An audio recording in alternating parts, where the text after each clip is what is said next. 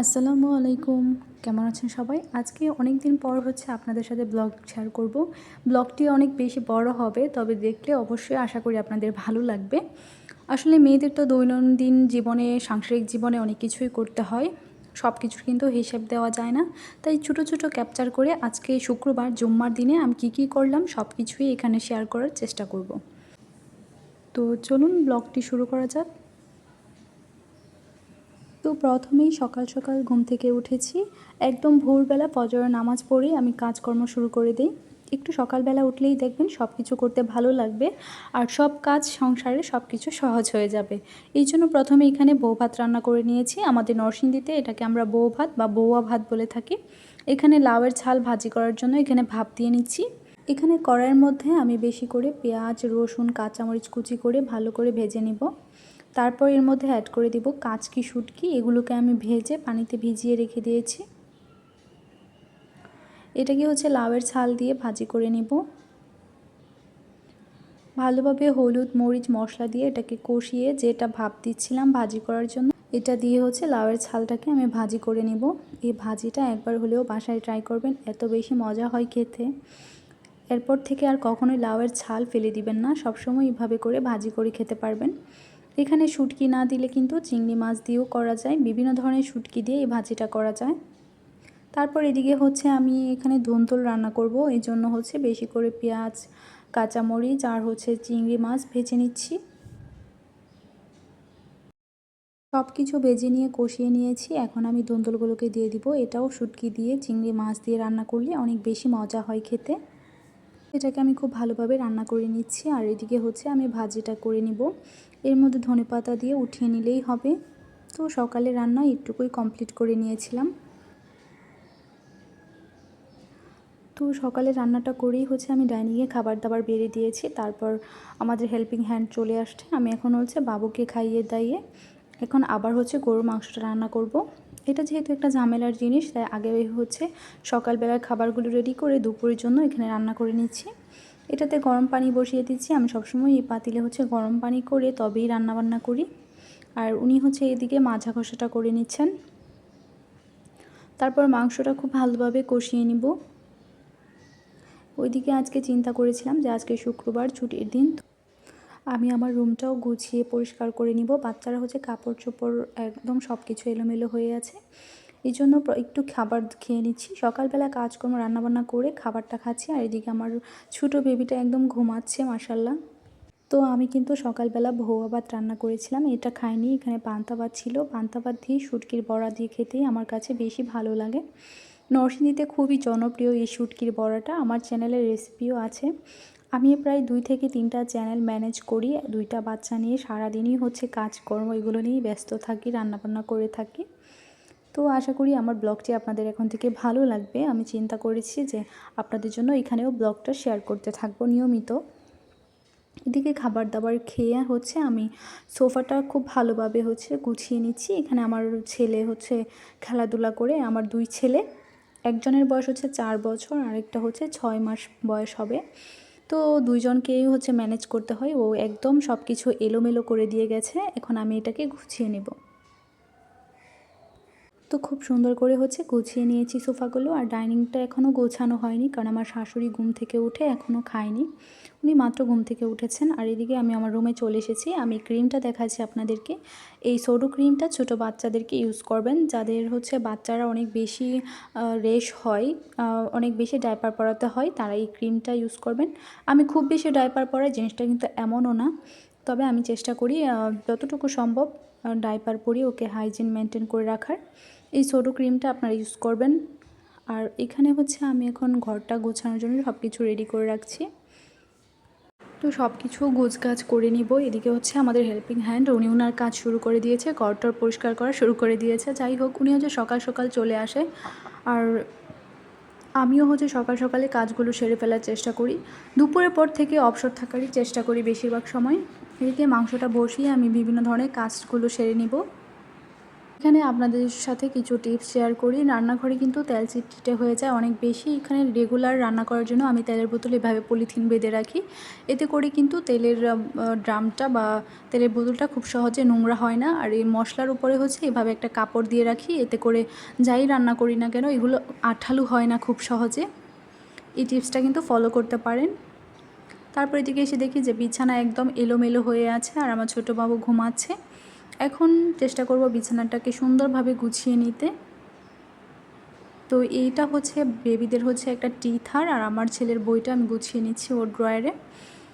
তো হচ্ছে এই টিথারটা কিন্তু বাচ্চাদের জন্য অনেক বেশি দরকারি। যাদের বয়স হচ্ছে 3 থেকে 1 বছর পর্যন্ত এই বাচ্চারা কিন্তু অনেক বেশি হচ্ছে দাঁত ওঠার জন্য ওদের মাড়িটা খুব ব্যথা করে। তো এই জন্য কিন্তু এটা ইউজ করতে হয়।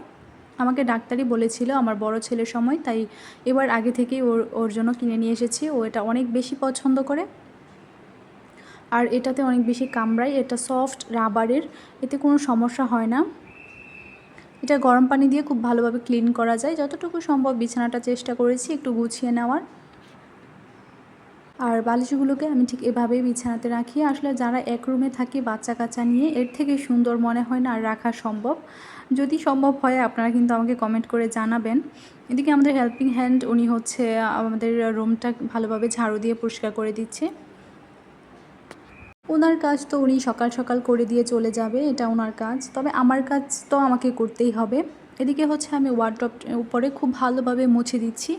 আমাদের হচ্ছে কি রাস্তার পাশে বাড়ি, এই জন্য খুবই নোংরা ময়লা হয়ে যায়। দেখুন প্রতিদিন এভাবে এটাকে মুছতে থাকি, তারপরেও অনেক বেশি ময়লা হয়ে যায়। তো এটা আমার নিয়মিত এটা করতেই হয়। আর এদিকে হচ্ছে আমাদের বারান্দাটা দেখতে পাচ্ছেন আমি দেখাচ্ছি, এই জন্যই হচ্ছে এদিকে খুব বেশি ধুলাবালি চলে আসে। এই তো রাস্তার পাশে হলে যা হয় আর কি। এদিকে হয় কি আমার ছেলে বলে যে ওকে যদি নিজে নিজে একটু প্যান্টটা পরতে বলি যে ঘুম থেকে ওঠার পর, সে নাকি একটাও তার হাফ প্যান্ট খুঁজে পায় না।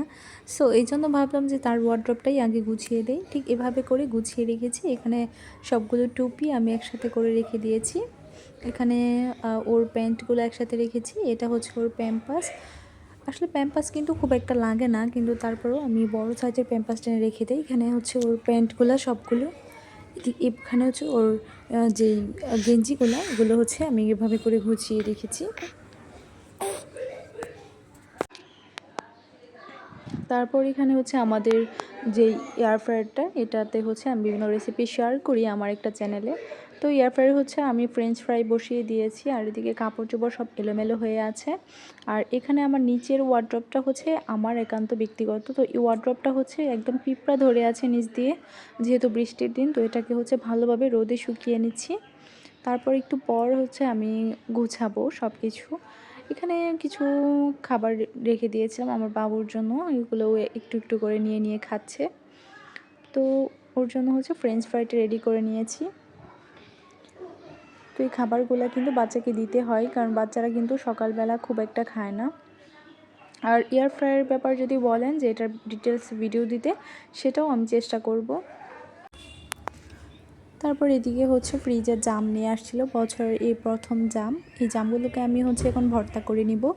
আর এখানে হচ্ছে মাংসতে দেওয়ার জন্য কিছু আলু কেটে রেখেছিলাম। এদিকে আমি মাংসটা কষিয়ে নিয়ে তারপর হচ্ছে আমি ওদিকে কাপড় চোপড় গোছাচ্ছিলাম। এখন হচ্ছে আমি মাংসটাকে হচ্ছে আলু দিয়ে ভালোভাবে কষিয়ে তারপর ঝোলটা দিয়ে দিব। আলু দিয়ে ঝোল ঝোল করে গরু মাংস রান্না করলেই বেস্ট লাগে এই গরমে। তারপর এদিকে হচ্ছে জামটা ভর্তা করে নেব। তো এই তো এখানে আমি হচ্ছে ওয়ার্ড্রপটা রোদে দিয়ে তারপর এটাকে রোদ থেকে ভালোভাবে শুকিয়ে মুছে ধুলাবালি মুছে একদম পেপার দিয়ে সাজিয়ে নিব। তারপর হচ্ছে আমার ওয়ার্ড্রপ খুব ভালোভাবে গুছিয়ে নিয়েছি। আর এদিকে হচ্ছে জাম ভর্তা বানিয়ে নিয়েছি। এখানে লবণ পরিমাণ মতো, মরিচের গুঁড়া দিয়ে বক্সে করে এভাবে জাম ভর্তা করলে অনেক বেশি মজা হয়। এভাবে ট্রাই করতে পারেন, খুবই ভালো লাগে। তো এভাবে করে আমি ভর্তাটা বানিয়ে নিয়েছি।